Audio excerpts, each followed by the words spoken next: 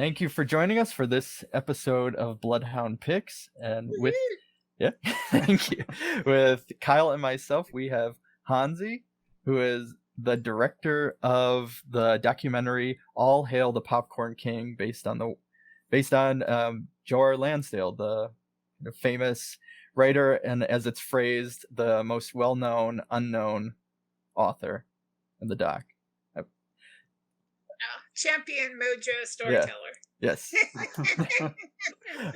So if you want to get us started, Hansi, of kind of telling us how you got started in filmmaking, how just you got started in general, and then into getting into Joe's work. So I grew up in a very pop culture house. My mom was a writer. My dad worked for CBS and did photography and camera at CBS. And then they owned a prop shop for a while. Family fell apart when I was 10. And then at 14, I left home and hitchhiked cross country and lots of crazy punk adventures, in the 70s and 80s and maybe 90s. Anyway, at some point, in the 80s, I was making art. I was doing sculptural art, and then I started adding projections. And there was I was sort of coming off that whole conceptual art wave that happened in the 70s. So I was doing kind of that, and then the projections and the visual part became more important to me. And I decided to go to film school, and I went to School of Visual Arts, and got a bachelor's in fine arts in documentary filmmaking. And I TA'd to two documentarians, one of who I just found on YouTube the other day. Hadn't talked to him since I graduated in 2000. And he finished a film that I worked on for him. I did camera on it. And he actually put my name in the credits. And it was on PBS and everything. So it's about the General Slocum disaster, which is something that happened in New York in 1918, I think. And so I reached out to him, and I was like, and he's like, Hansi of SVA fame? I'm like, yeah, how are you? And it was funny. He had been working on a documentary then about Blissville, which was an area in New York that no longer exists. And he said, I just finished a rough cut. Would you have time to look at it? And I said, sure, if you have time to look at mine, I'll show you yours. So that's nice to have one of the documentary teachers that I really enjoyed studying with back in my life, and talking about the business, because I came from sort of just making films myself and putting them out there myself, and I had one really bad experience in the beginning of my career with a feature where I got royally boned. And after that, I stopped dealing with the industry and just would present my films at Comic-Cons, and I would do panels about women in fandom. And so this one, the Joe Bob one I did also is on my YouTube, all those other ones won tons of awards at film festivals. But this one feels like of a much different level than the other ones. Also just the people I was speaking to in it, like Bruce Campbell and Joe Hill and, Mick Garris and, so, Joe's like, you're better than you think. This should go on a streaming network. So I'm like, okay. So now I'm trying to figure out how distribution works. And man, I have seen some ugly contracts, because now I ask a lawyer. And not like when I first started, and I was like, oh, this is cool. Yeah, I'll sign this. Don't do that. Always get a lawyer to look it over, because what you think is okay, suddenly they're taking all your rights from you.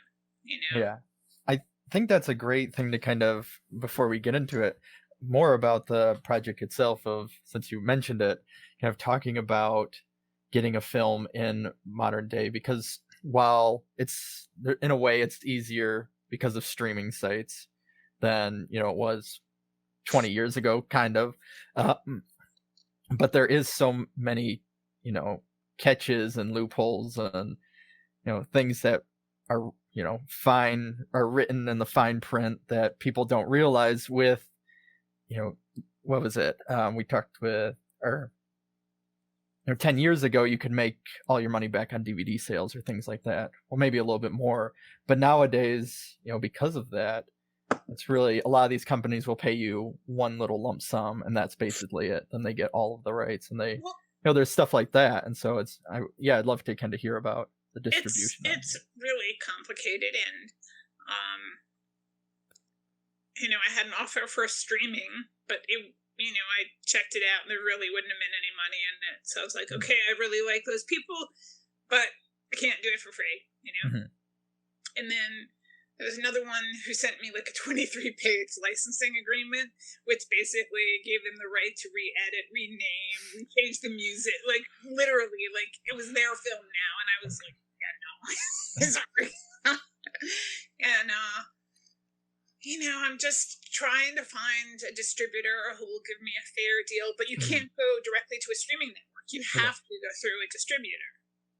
Because even Greg Nicotero suggested to Shudder that this would be a perfect thing for them, but I have to have a distributor to take it to them. So it's like catch-22. It really is. So I'm just trying to find a distributor that'll give me a fair deal. Okay.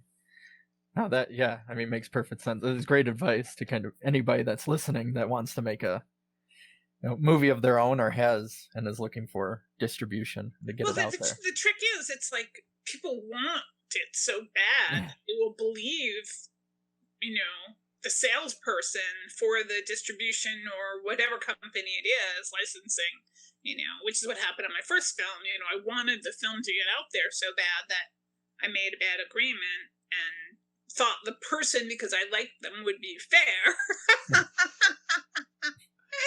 Yeah, it doesn't work that way.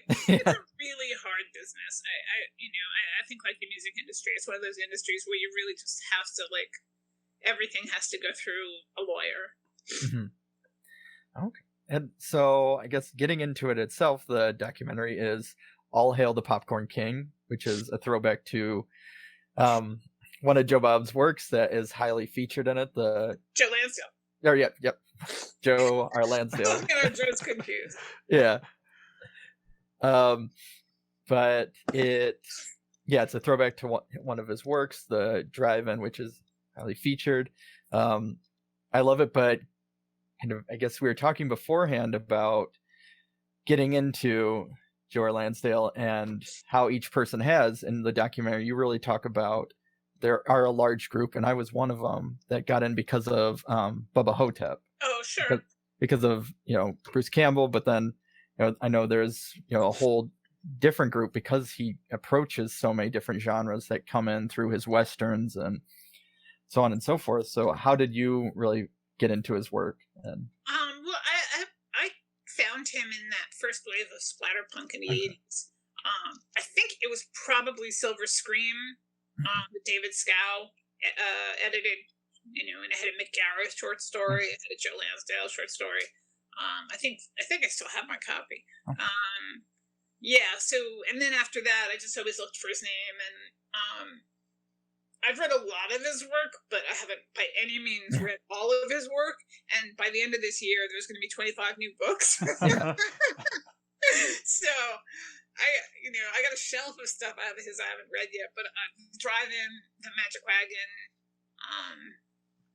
and then there's a bunch of short stories I really love. Of his later work, I love Sunset and Sawdust. Okay. And the Hap and Leonard series is amazing. And I reread Cold in July recently because I hadn't read it since it came out, and I was like, wow, I forgot that. That's really shocking. This little twist in it that I had forgotten. And also, it was interesting because now I'm knowing him, I could see, how much of his life was in that book in particular, And I was like, this is weird. Yeah. I know what you're talking about here. Well, that is, for people listening, he writes a lot about East Texas, and in the same way that, I think what the reference always is, like how Stephen King writes about Maine. Joe really writes about East Texas, and he brings it out in such a way that is very authentic to the area. And I think, there with things like Hap and Leonard or Cold in July, it's so very much a Texas piece without becoming like a stereotypical, I guess, if that makes sense. No. Yeah. Joe doesn't do that. Yeah. And that's why I think there's so many people who don't know about him. Because he's never stuck with one genre. He writes literature, Western, sci-fi, comic books, Batman, the animated series. I mean, he's written so many things people have seen, but they just haven't connected it to his name. Yeah. So I'm hoping with the film, it'll be like, oh, that guy. Yeah. So what was really the inspiration for, I guess, making this documentary, and then the process itself of getting it? Well, the motivation was I wanted to hang out with Joe Lansdale. I was also thanking him for doing a piece for me for my job operating. Okay. He actually wrote something for me, specifically for me, and gave it to me in 24 hours, which nobody does. Yeah. It's just, he's you can see from like all the other writers and stuff, when they talk about him, like how supportive and helpful, and if he can help you, he will. He's a truly good person, and his family's lovely too. But yeah, I also thought I'm really interested in subcultures anyway. Okay. So the fact that so many people, even when I'm working on it, and I was still working on it when I still had a day job. And I always, I'm showing my co-workers, what I'm working on, nobody had ever heard of him, and so, but it was the same when I made, the ones on the Fangirls. Nobody had heard of cosplay at the time. I was constantly explaining what squee meant, So I kind of like things that are slightly subculture-y. Okay. I think that's more interesting to me. Okay. No, yeah, that's great. And of course, I loved it. And that you were bringing up a great point about his family, and they really talk about this element of how, since he didn't make that move to Los Angeles or New York or whatever, he really almost kept himself in the, without it being kind of washed out through, like, I guess doing air quotes, the industry. Yeah, I don't think, he deals with the industry, obviously, because of all the films and, adaptations and stuff. But, he grew up in Gladewater, which isn't far from Nacogdoches, by Texas standards. Yeah. By New York standards, it's millions of miles. But he loves Nacogdoches, and Nacogdoches is awesome. Have you ever been? No, I've only driven through. Yeah. Such a cool town, and it's, the people are lovely there. They support the arts. It's a really interesting, mix of people. And he has a good life there. He has a nice house. He raised his family. I don't think he ever cared about the whole LA famous life. I don't think it was just about being able to sit down and write every day. Oh, wow. No, yeah, that's great. And I love because he's talking about, in it, it's not just about his work, it's very much about him as a person. And we kind of talked about before and, throughout this interview, and you kind of hear his philosophy on staying in Texas, even though he's an extremely liberal person, and certain, the area of Texas he is in is conservative, and saying that he stays there because he knows, if your car breaks down, that despite any sort of differences, somebody's going to be there to help you change the tire. He's a liberal. Yeah. Absolutely. But, he doesn't disrespect someone for having a different opinion, And it really, I think, helps shine on his work, and especially, it's brought up within the documentary, but the Hap and Leonard series in general, of you have these two different ideologies, and he talks about with his brother, which I really loved in it itself. Kind of hearing this, I think it's one of those things that people, in their weird way, there's obviously different ideologies that shouldn't be respected if it's about oppression of another people or whatever, but there is this certain mentality of understanding, finding that understanding that I think he's really able to do, and I think you captured it kind of in the piece. Yeah, no problem. Cal, did you have any? No, I mean, I really enjoyed it. I don't. You got all the questions ready. Okay. No, I just kind of was interesting. So in terms of the process, I know you had, it goes from actual footage to then there's the phone interviews. And so what was it like really collecting all of that? Was it kind of had that archival element to it, or was it purely you going out there and just getting all the interviews yourself, or what was the process like of making a documentary? I definitely am. So I'm an ACA fan, and I really love archival, and I love research and archives, and I was a tape librarian for many years. So I think you see that there, because I mixed a lot of different kind of mediums and, videos like, the martial arts was somebody else's video. I didn't have it. And I just, talked to them, asked, could I use it in the film and give them credit? And then the phone conversations, is basically I didn't have the budget to fly anywhere to fly to England to talk to James Purfoy or Oregon, I think, where Bruce Campbell is. But, they were cool with doing phone calls. Okay. So we made it work, we just made it work with what we had. That's great. Yeah. And so then had to figure out how to fit it all together. Yeah.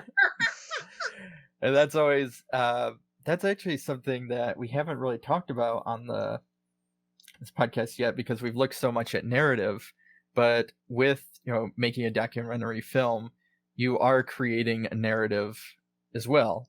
And so what is kind of that like when you're getting all of this footage and you're getting interviews yourself of trying to create an arc out of interviews or it's the process ended up being more like story editors. So I was working with my editor at the time was Brian Harrison Mack, and we went through all the footage, and then we sort of like went through like topics, and then started like separating like, okay, this and this and this will fit in this topic, and this and this, and we had I did 3 4-walling screenings, and 1 screening at George R. R. Martin's theater and 1 screening at Nacogdoches Film Festival. And after every single one of them, I took notes and talk to the audience and tried to find out what can we tweak, what can we make better, because there's nothing like seeing it on a big screen with people around you to kind of. And then Joe was great about that too. Like he would always, give me notes or suggestions. His whole family, actually. Everybody gave me notes and suggestions. But like when you're working with talent like that, thank you. You're probably right. Let me think. But Joe was always like, "This is your film. You do what you want to do, but this is my suggestion." Okay. No, that's perfect, and that actually kind of goes into.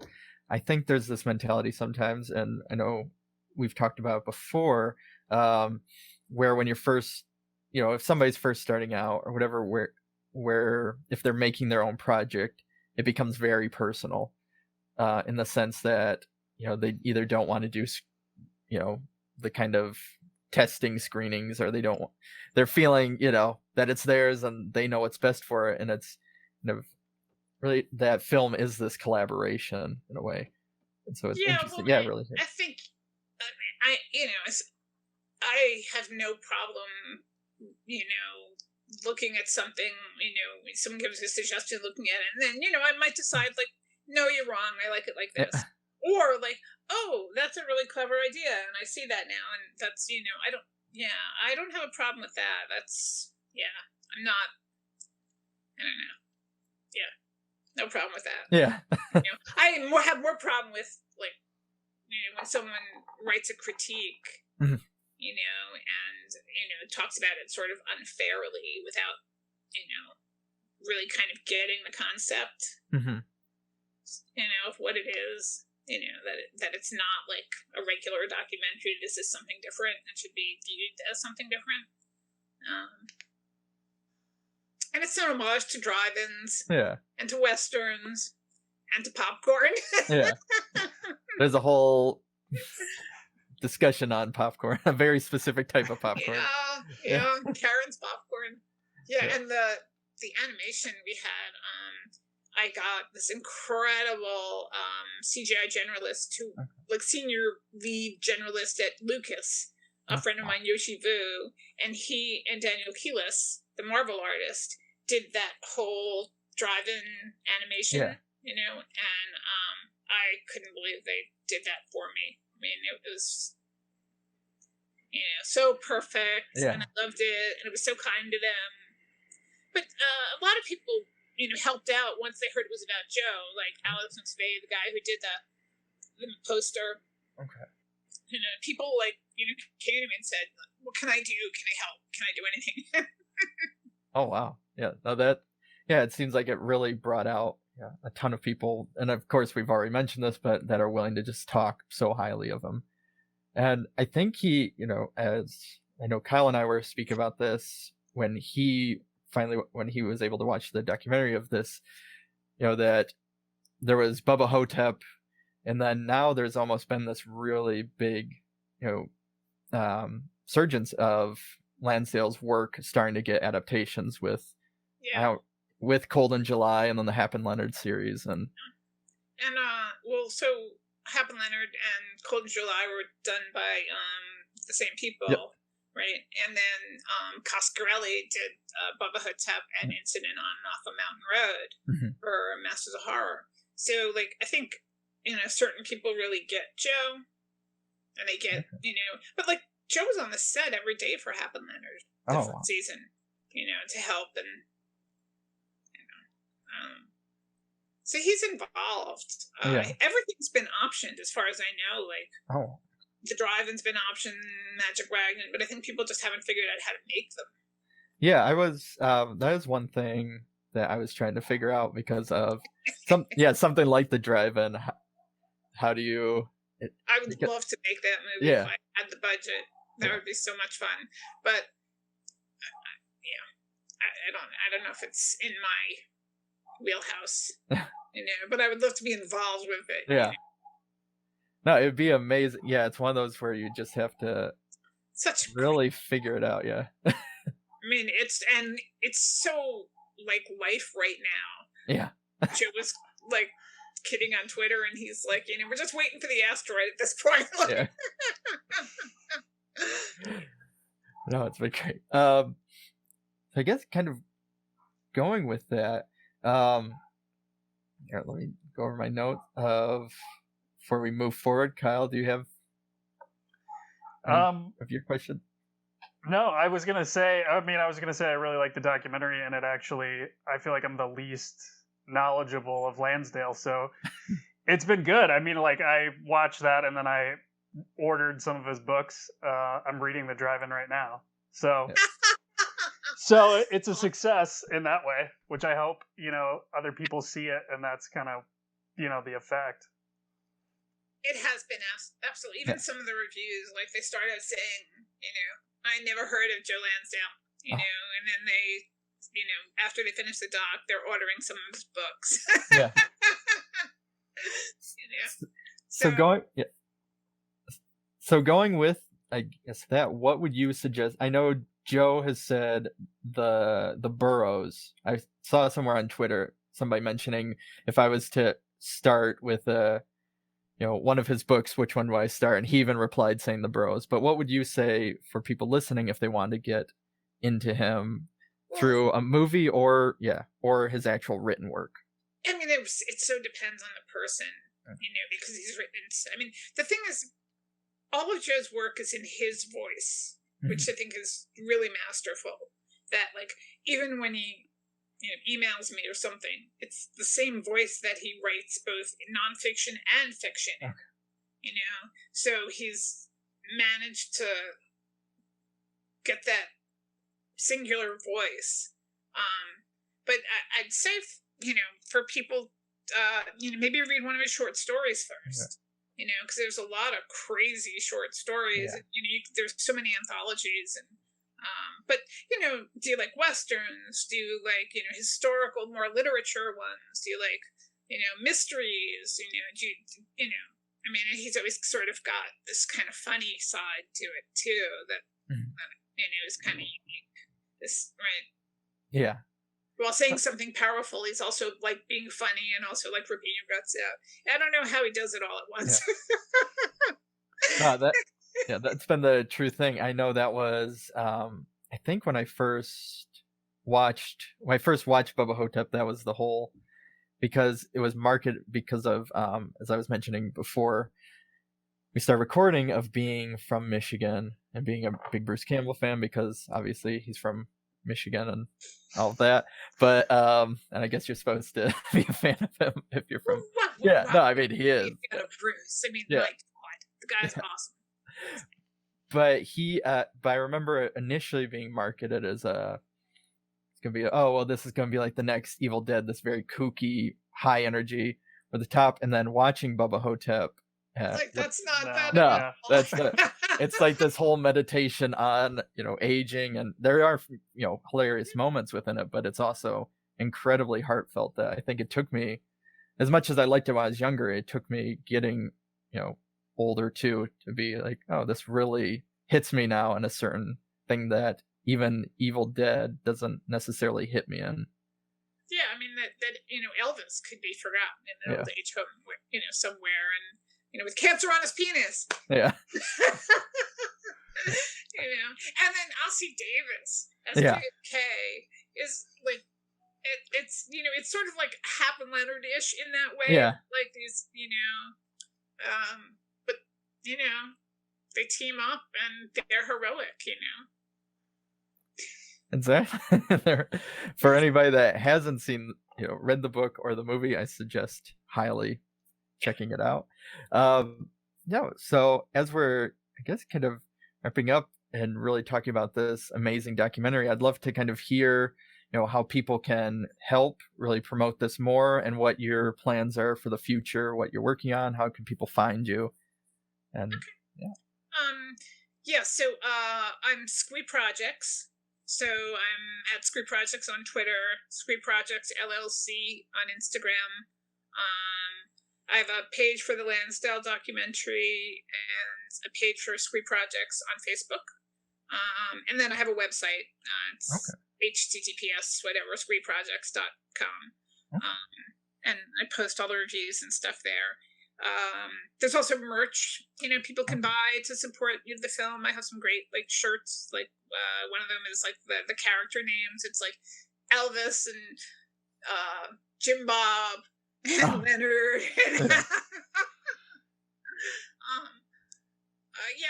there's a pin with his little books and a thing of popcorn next to it. There's some cool merch. So buying the merch helps me to keep this going, because finding the distributor is actually costing me money.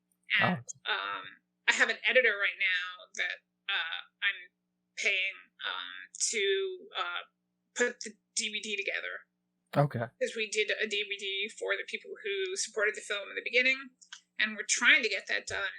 It's because of COVID and some other things. Yeah. It's taken a lot longer than I had plans. So we're working on that. But just people sharing links about it, or tweeting to platforms saying like, hey, we really would love to see this on Netflix, on Shudder, on whatever, I don't know if it'll do any good, but let's annoy the fuck out of them, Yeah. No, I agree completely. And I believe in being I believe there's an art to being obnoxious and dogged, and so I'm just gonna keep fighting for this one to go all the way. Yeah, and it definitely should. It's an amazing documentary, and I would really suggest it. I think people normally they'll just tweet the the page or whatever and say, when is this coming out? But it really helps if you tweet whoever else, all the platforms, as you were saying too, so that they actually see it. Yeah, I mean, if we keep annoying the hell out of them, somebody will do something, because a distributor will see that there's a need for it, and then maybe I'll get a fair deal. I mean, Greg Nicotero Yeah. suggested it to Shudder. I mean, like, how big a name do I need to get this thing out there? Christ, have you looked at the people in it? It's so crazy to me. You know, it should just be like a no-brainer. Like, yes, we love your film, you know, but that's not how this works. So, yeah. So, and you know, I think being a woman in filmmaking makes it harder. You know, but you know, I'm fighting. So join my fight. Yeah. No, it is great. Oh, hey Josh, thanks for coming at the tail end of this.